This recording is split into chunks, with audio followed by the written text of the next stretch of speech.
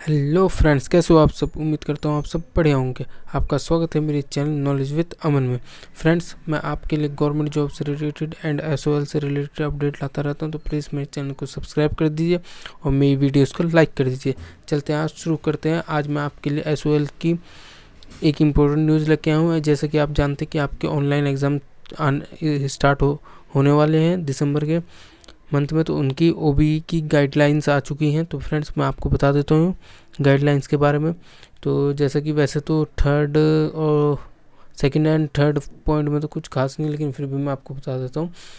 इसमें ये दिया गया है कि आपके जो भी जिनका भी third, fifth and seventh semester का बैक पेपर रह गया था, वो अब दे सकते हैं अपने first, third and fifth semester के साथ अपना इम्प्रूवमेंट दे सकते हैं। वो पेपर जिनका बैक पेपर रह गया था।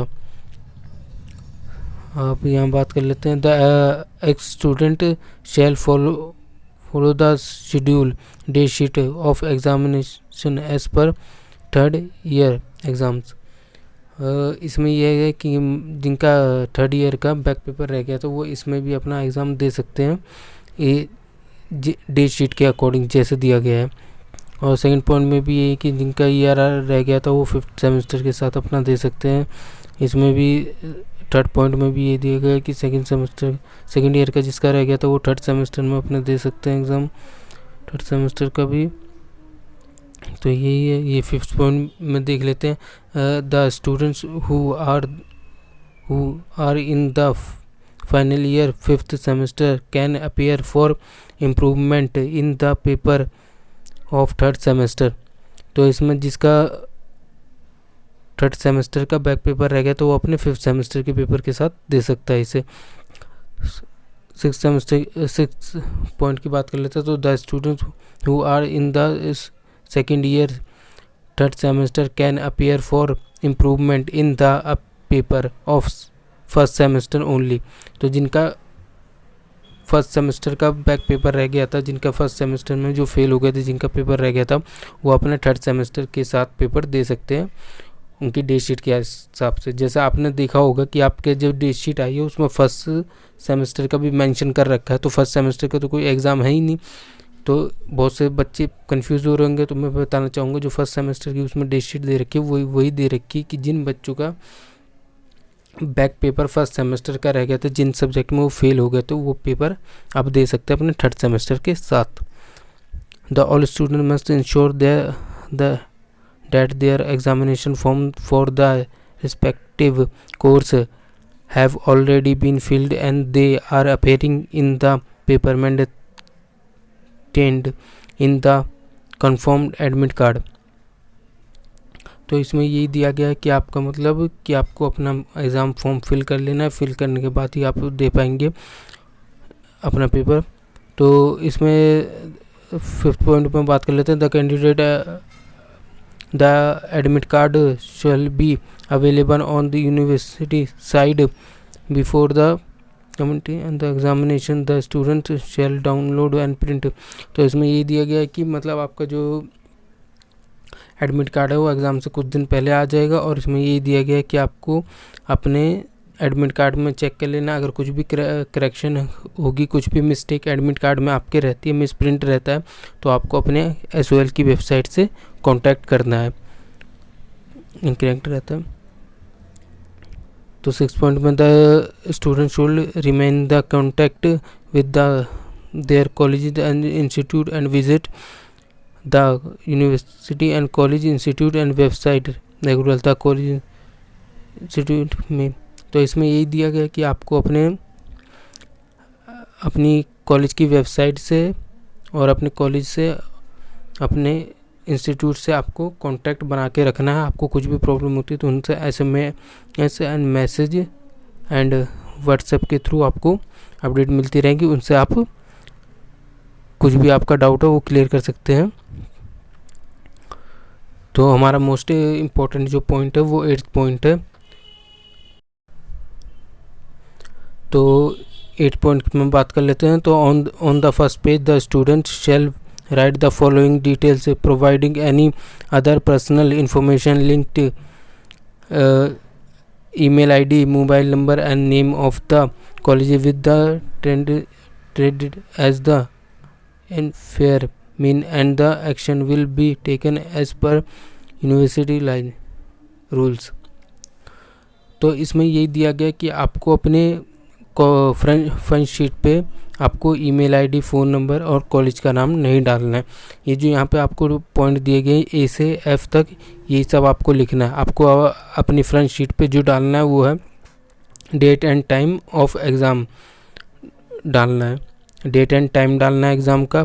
फिर बी में दिया गया एग्ज़ाम रोल नंबर डालना है। सी में दिया गया आपको नेम ऑफ प्रोग्राम डालना है, जो भी आपका लाइक BA, BCom, BSc जो भी है। फिर आपको यहाँ पे डी दिया गया, इसमें आपका सेमेस्टर या ईयर जो है वो भी डाल लेना है आपको। फिर इसमें ई में दिया गया unique paper code. Unique paper code जो होता है आपका वो सब्जेक्ट का नंबर होता है, आपको देख लेना जो आपका सब्जेक्ट कोड होगा वही, उसी को यूनिक पेपर कहते हैं, तो आपको वही कोड आपको डालना है। टाइटल ऑफ द पेपर, जिस सब्जेक्ट का आपका पेपर है, लाइक पॉलिटिकल साइंस में बिजनेस एडमिनिस्ट्रेटिव करके है या पॉलिटिकल थ्योरी, तो वो आपका डाला जाएगा उसमें, पेपर टाइटल में ये आएगा आपका।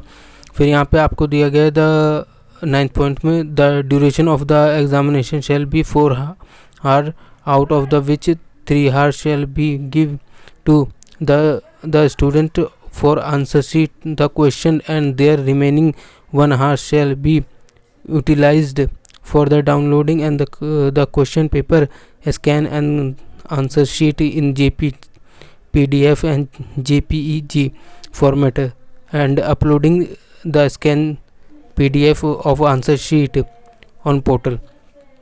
तो आपका 9 पॉइंट में यही बताया गया आपको कि जो आपको एग्ज़ाम का टोटल टाइम मिलेगा वो 4 घंटे का मिलेगा। 3 घंटे आपके एग्ज़ाम के होंगे और 1 घंटा जो मिलेगा उसमें आपको आपका क्वेश्चन पेपर डाउनलोड करना है, आंसर शीट स्कैन करके PDF फॉर्मेट में आपको अपलोड करना है पोर्टल पे। वो 1 घंटा आपको इस चीज़ का मिला गया। 3 घंटे आपके एग्ज़ाम लिखने के और 1 घंटा आपको PDF क्वेश्चन पेपर डाउनलोड करना और अपलोड करने का दिया गया है यहाँ पे। और यहाँ पे बात कर लेते हैं, इसके नीचे पॉइंट दिया गया the during of the examination shall B 6 hours for the students and the belong to the दिव्यांग PWD category for the details see the notification. तो इसमें ये दिया गया है कि आपका मतलब जो PWD स्टूडेंट है, हैंडीकैप स्टूडेंट है, उन्हें 6 घंटे इसके लिए मिला जाएगा। तो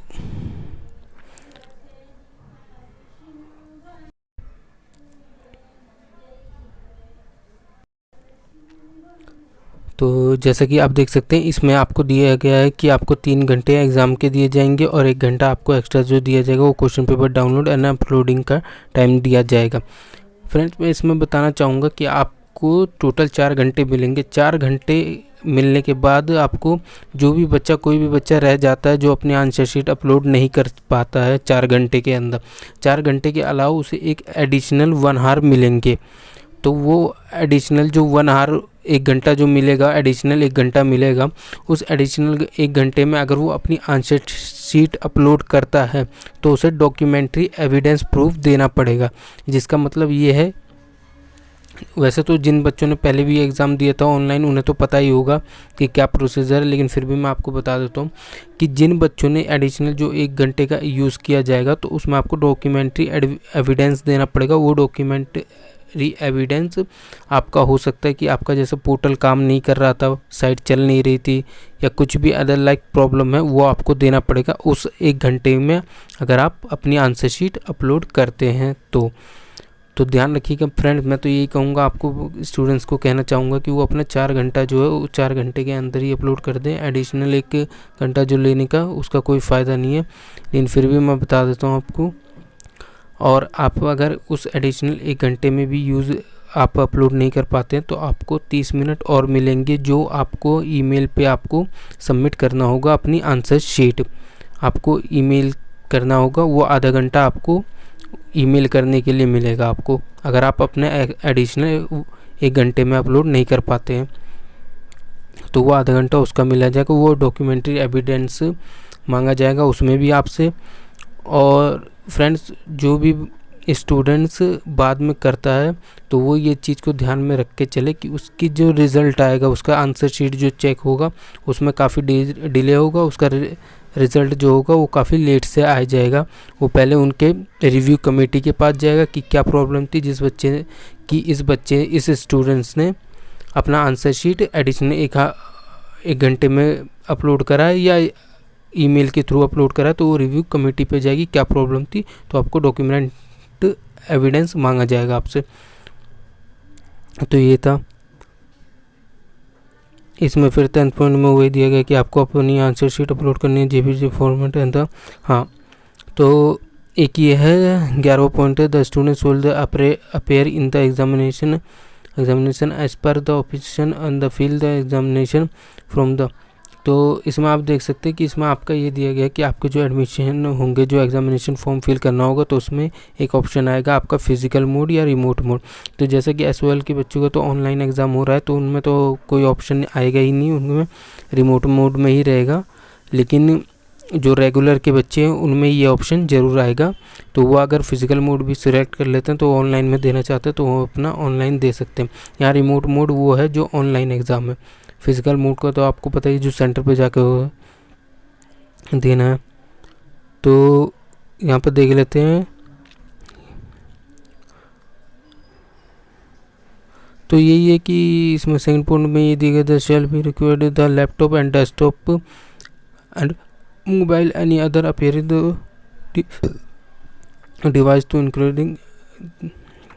आप यहाँ पे आंसर शीट किसी भी डिवाइस से, जैसे आप मोबाइल से, लैपटॉप से अपने अपलोड कर सकते हैं आंसर शीट पोर्टल पे, उसमें कोई वो नहीं है।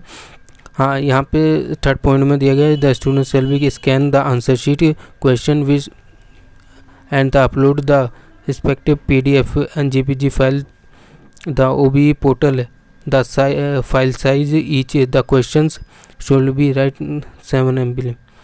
तो यहाँ पे ये दिया गया कि आपका जो भी क्वेश्चन है वो 7 MB की, उसकी 7 MB से ज़्यादा का PDF फाइल नहीं होना चाहिए, 7 MB से कम का होना चाहिए। और इसमें ये भी एक चीज़ दिया गया है कि आपका जो क्वेश्चन होगा वो आपका हर क्वेश्चन का अलग अलग PDF बनेगी। जैसे कि मान लीजिए आपको पॉलिटिकल साइंस का एग्जाम है, पॉलिटिकल साइंस के 4 क्वेश्चन दिए गए हैं, 4 क्वेश्चन आपको करने, तो आपको पहले क्वेश्चन कर लेना है, पहले क्वेश्चन का PDF बनाना है आपको। पहला क्वेश्चन की जितने भी पेज का होगा, मतलब मान लीजिए आपको 5 पेज का एक क्वेश्चन आपका 5 पेज में है, तो वो 5 पेजों की एक सेपरेट अलग से PDF फाइल बनेगी। फिर आपको सेकंड क्वेश्चन की अलग बनानी होगी, थर्ड क्वेश्चन की अलग, ऐसे करके आपको 4 क्वेश्चन रहेंगे, चारों की आपको PDF फाइल बना के अपलोड करनी है। और एक PDF फाइल का जो आपके आंसर का एक PDF फाइल है उसके 7 MB का साइज़ होना चाहिए, उससे ज़्यादा का नहीं होना चाहिए। तो ये तो फिजिकल मोड के लिए स्टूडेंट्स के लिए दिया गया है कि उन्हें क्या क्या चीज़ें चाहिए होंगी। और ये दिया गया है कि आपको यहाँ पे आपको साइट दी गई है कि इन साइट पे आपको अपनी आंसर शीट अपलोड करना है, वो भी एग्ज़ाम इन पे होगा। तो फ्रेंड्स यही था आज की वीडियो में। तो फ्रेंड्स मैं ये कहना चाहूँगा कि मैंने आपको ये सारी गाइडलाइंस बता दी है जो इनकी गाइडलाइंस है। अगर फिर भी आपको कुछ डाउट लगता है तो आप मुझे कमेंट सेक्शन में अपना क्वेश्चन डाल सकते हैं, मैं आपको उसका अलग से रिप्लाई दूंगा वीडियो में बना के। तो आप अगर ये नोटिस चाहते हैं कि आप रीड कर सकते हैं तो मैं आपको अपने डिस्क्रिप्शन बॉक्स में इसका लिंक दे दूंगा, आप वहाँ से जाके ये नोटिफिकेशन डाउनलोड कर सकते हैं। Thank you friends.